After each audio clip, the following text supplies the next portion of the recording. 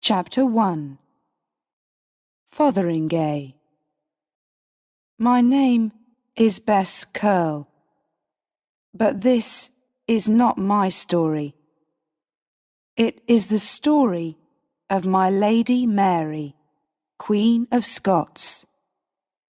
She wrote the story, and then she gave it to me. I am going to give it to her son. She began the story a week ago. It was January 1587, and we sat here in our cold room in Fotheringay Castle in the north of England. We couldn't see much from the window. 1 or 2 houses, a river, some trees, some horses, and a road. That's all. The road goes to London, the home of Queen Elizabeth of England. Mary sat with her little dog in her hands and watched it all day long. No one came along the road. Nothing happened. I watched Mary, unhappily. "Please, Your Majesty, come away from that window," I said. "It doesn't help. No one is going to come. Queen Elizabeth can't do it. Queens don't kill queens." "Don't they, Bess?" Mary said. "Then why are we here in this prison? Why am I not free?" "Why, Your Majesty? Because Queen Elizabeth is afraid of you." "That's right," Mary said. "She's afraid of me, and she hates me too. She hates me because I am beautiful, and she is not. Because I had 3 husbands, and she never married. And because many people, good Catholic people in England, France, Scotland, Spain, say that I, Mary, am the true Queen of England, not Elizabeth. And Elizabeth has no children, so when she is dead, my son James—" She came away from the window and stood in front of me. "James," she said quietly, "my son. Does he think about me sometimes? He was only 10 months old when I last saw him. It is nearly 20 years. Of course he thinks about you, Your Majesty," I said. "You write to him often. How can he forget his mother?" "Then why doesn't he write to me?" Mary asked. "Does he want me to stay here in an English prison?" "No, of course not, Your Majesty. But he has a lot of work, Your Majesty. He is the King of Scotland, and he is not the King of Scotland, Bess," she said. "Not before I am dead. Remember that." "No, Your Majesty, of course not. But perhaps people tell him things that are untrue. You know what people say. Perhaps he thinks you killed his father." Mary's face went white. She was very angry, and for a minute I was afraid. She said, "You know that's a lie, Bess. It is a lie. I did not kill James's father. I knew nothing about it. I know that, Your Majesty, but perhaps James doesn't know it. He hears so many lies all the time. He needs to know the true story. Why don't you write and tell him? Mary sat down slowly. She looked old and tired. "All right, Bess," she said. "Give me a pen, please. I'm going to write to James and tell him the true story. You can give it to him when I'm dead." "Dead, Your Majesty? Don't say that. You aren't going to die." Her old, tired eyes looked at me.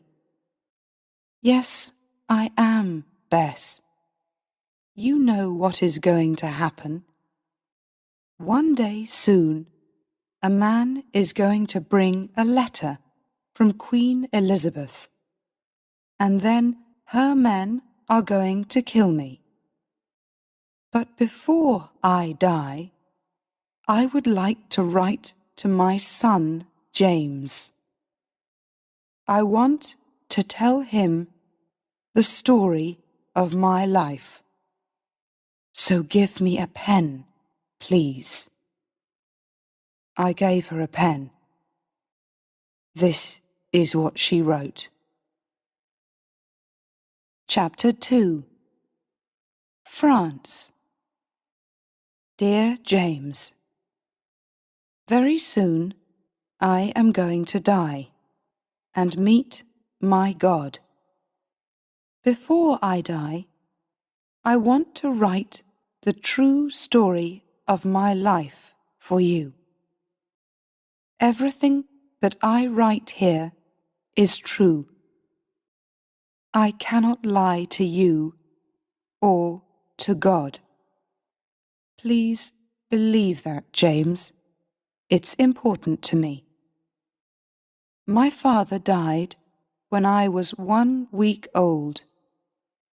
So I was the Queen of Scots when I was a baby. At first, I lived with my mother in Scotland. And then, when I was 5, I went to France. My mother was French, but she stayed in Scotland and died there. I went to France to marry the King of France's son. His name was Francis, and he was 1 year younger than me. In 1559, his father died, so Francis was king. Then I was Queen of France and Queen of Scotland too. I was very happy in France. Francis, my husband, was like a little brother to me. I think he loved me, but he was very young, and he was often ill.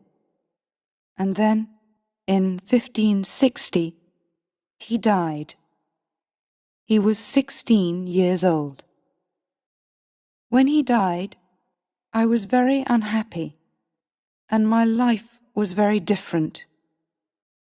There was a new king and queen, and I wasn't important in France anymore. But I was still Queen of Scots. So I came back to Scotland. When I arrived in Scotland, I was a young girl of 18. My mother was dead, and there was no one there to meet me.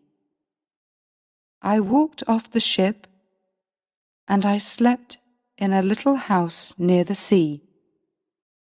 Next day, the Scots lords came from Edinburgh. They were pleased to see me, and for a week everyone was happy. People smiled at me and sang in the streets. I think everyone liked me. Then, that Sunday, I went to church. James, my son, you are a Protestant, and I am a Catholic. You are a good man, and you love God, but your church and my church are enemies. I was born a Catholic, and I am going to die a Catholic. I love God too. I hope you understand that. I'm not going to change now. That Sunday, people shouted angrily in the streets. "Your Majesty," said the Scots lords, "Scotland is a Protestant country. You can't go to a Catholic church here. The Scottish people don't like Catholics." "I'm sorry, my lords," I said, "but I am your queen. No one tells me what to do. I don't hate Protestants, and I'm not going to kill them. The people can go to their Protestant churches and pray to God there. But I'm going to pray with Catholics in my church." People were angry because of that. A man called John Knox came to see me. He was a famous Protestant churchman, but I didn't like him. He was a big, angry man with black clothes. He hated the Catholic Church and wanted all Catholics to leave Scotland. To him, the Protestant Church was the only true Church of God. He said, "Your Majesty, you're a young woman like my daughter. Women can't understand difficult things like God or the Church. Find a good Protestant husband, girl. Let him rule this country for you." I was very angry with this man, Knox. I was a queen, but I was only 18. He didn't talk quietly. He shouted at me. I cried because of his angry words. I could not understand him. He talked so much, and he knew so many books. But I did not go to his church. He was right about one thing. Perhaps I could rule Scotland without a man, but I could not have a child without one. And every queen needs a son or daughter to come after her. So I began to look for a husband.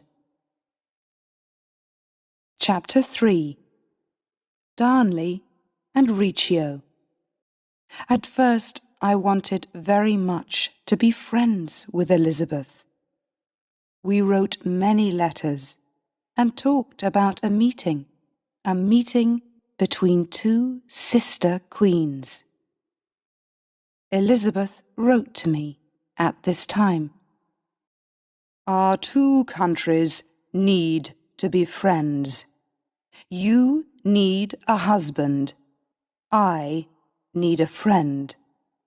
Why not marry my friend Robert Dudley, the Earl of Leicester? He is a tall, strong man. I think he could be a good husband for you." I was very angry about this letter. There were a lot of stories about Elizabeth and Robert Dudley.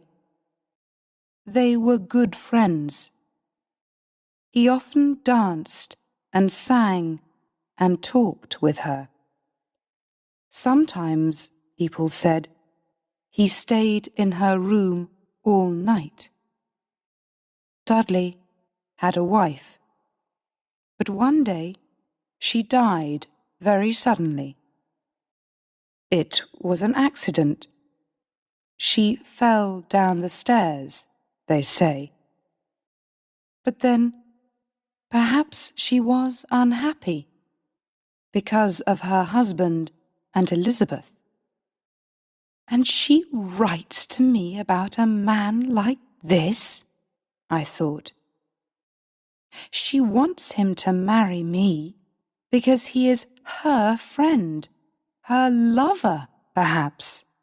She wants her lover to be King of Scotland. I found a better man than Dudley, James. I found Henry Darnley, your father. He was 19 years old, and I was 23. He was a tall man with a beautiful face and big green eyes. He talked and sang well, and I liked dancing with him.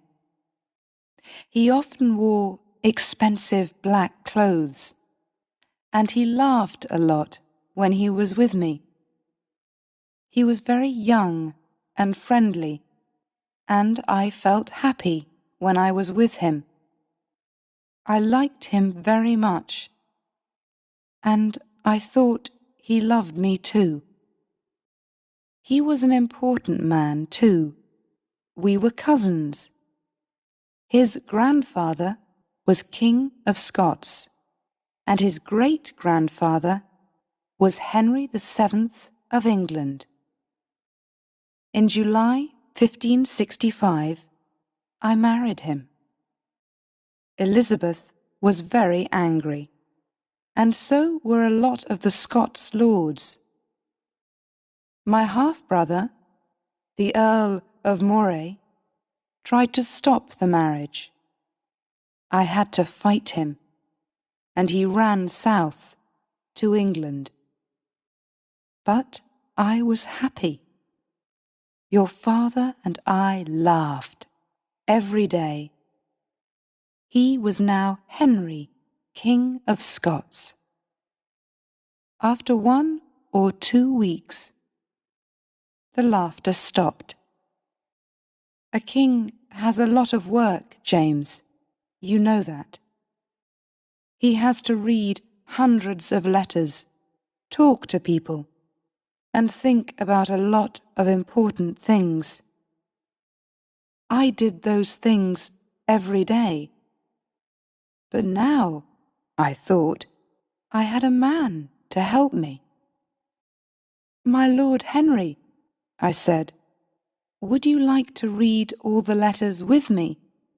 You can sit next to me, and you can work with me every day. Your father looked unhappy. I'm not interested in work like that, he said. I don't understand it. Of course not, I said. You're a young man, my love. But I can teach you. For 1 or 2 days, he sat down with me, and I tried to teach him.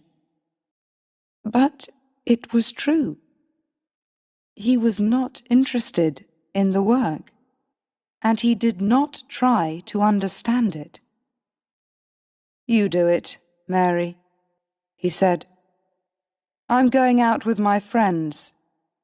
We're going to ride and drink and swim.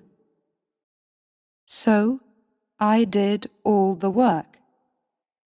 At night, too, he often went out with his friends in the town. They drank a lot, and laughed and sang, and there were often fights. But no one said anything, because he was the king, my husband. What could people say? They were unhappy, but they were afraid of him. Some of them went to England, to the Earl of Moray. At this time I was often very tired, because I was pregnant. You, my son James, were alive inside me. But I did all the work of a queen, and I needed friends too.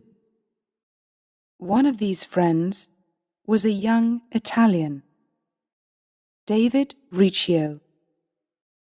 Riccio was a little man, and he was not tall or beautiful or strong, but he was a very clever, interesting man. He wrote many of my letters for me and helped me. He sang well too, and I sometimes sang with him in the evenings. I liked him very much, and at first your father liked him too. But then Moray's friends began to talk about me and Riccio. David Riccio is in the Queen's rooms every night, they said to your father. She laughs and sings and dances with him. My lord, it is not right. He is not a Scotsman, and he is not her husband. He is always with her. Perhaps they said other things too. I don't know. A lot of Scots lords listened to them. But I tell you, James, before God, I did nothing wrong. David Riccio was a good man. He worked hard, and he helped me, so of course I liked him. Your father did not work. He went out to the town every night with his friends and drank. And then one night, your father came home.